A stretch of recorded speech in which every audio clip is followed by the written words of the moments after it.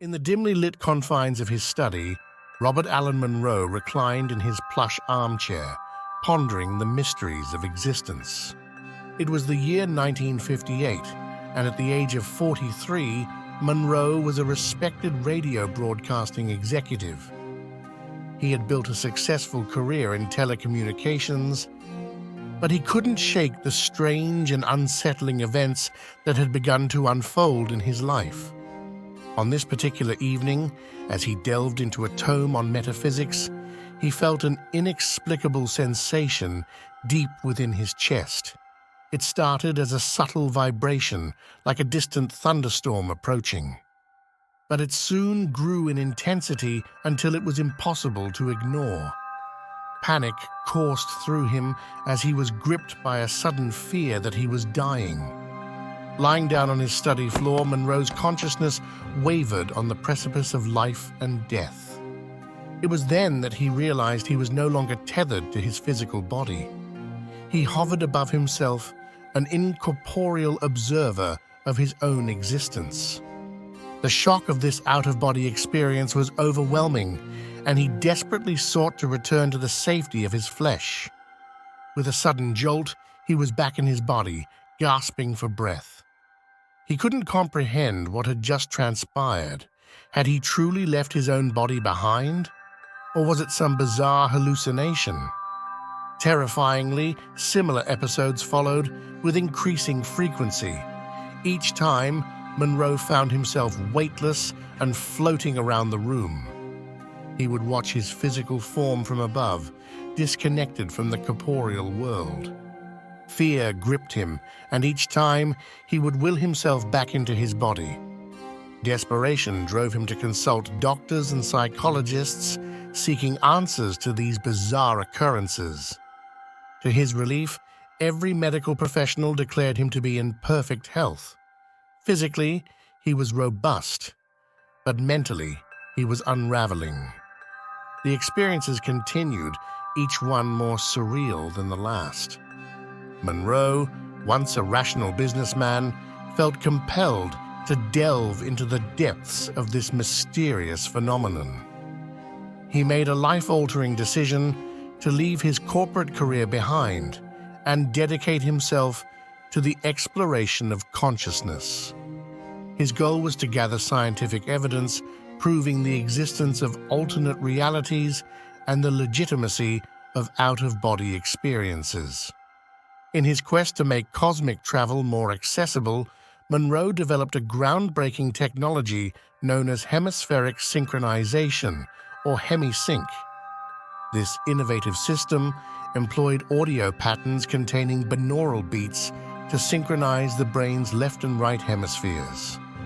The effects were nothing short of astonishing, as independent clinical neurologists observed equal amplitude and frequency in both sides of the brain on EEG scans. Monroe's work was pioneering the path to tangible altered states of consciousness. Little did he know that his groundbreaking research would soon draw the attention of an unexpected group, the United States government. In 1978, representatives from the Central Intelligence Agency made a clandestine visit to Monroe. High-ranking officials invited him to join a highly classified military project, one that would harness the power of his mind-expanding techniques. The goal was audacious, to send soldiers into deep remote viewing sessions. If successful, America would gain a colossal advantage over its Soviet adversaries, accessing past, present, and future timelines, or even the multiverse itself. With his extensive background and patented applications, Monroe was the perfect choice for this trailblazing operation. Eager to gain further credibility in the study of paranormal phenomena, he agreed to join them. The project was christened the Gateway Process, and its aim was nothing short of cosmic exploration. The Gateway Process was described in declassified files as a training system designed to bring enhanced strength, focus, and coherence to the amplitude and frequency of brainwave output between the left and right hemispheres. so as to alter consciousness, moving it outside the physical sphere so as to ultimately escape even the restrictions of time and space. The participant then gains access to the various levels of intuitive knowledge the universe offers. Under this program, participants donned headphones and sat in isolated darkness, listening to tones at specific hertz. They had no contact or communication with one another during their sessions. After their journeys, volunteers would report their experiences to staff members. According to Monroe, those who embarked on these ethereal voyages often encountered interdimensional entities.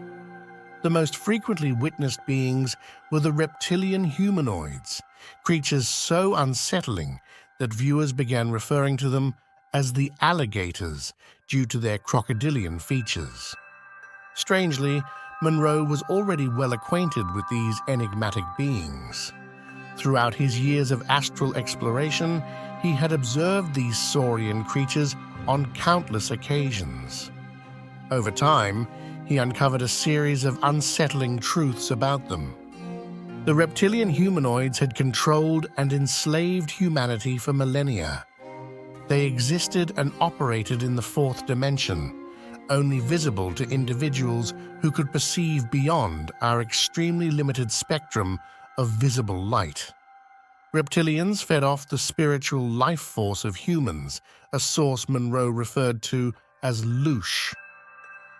Negative and low vibrational energy was essential for their survival. These parasitic entities viewed Earth as a massive farm, where they harvested human fear, hatred, anxiety, anger, and depression. Their intelligence equaled or surpassed that of human beings. This elusive lizard-like race saw themselves as the superior rulers of mankind. Robert Monroe pursued his transcendental endeavors until his passing in 1995, his beliefs steadfast and unwavering. He frequently warned of these sinister spiritual vampires that lurked in the shadows, manipulating humanity from the hidden realms of existence. The Gateway Project continued to push the boundaries of human understanding throughout the 1980s, with hundreds of celestial journeys successfully completed and logged by internal personnel. However, select documents remained classified and were not unveiled until 2003. Despite their revelations, there was surprisingly little public attention following the initial release. Conspiracy theorists and whistleblowers claimed that the secretive federal project had never truly ended. With the advancement of modern technology, it was likely that the methods had evolved in ways beyond our comprehension. The mysteries of what else the insiders had ultimately uncovered continue to haunt the annals of our history, shrouded in shadow and secrecy. As the years pass, the Gateway Project remains one of the greatest enigmas of our time, a testament to the ceaseless human pursuit of knowledge and the haunting question of what lurks beyond the boundaries of our perception. In the dim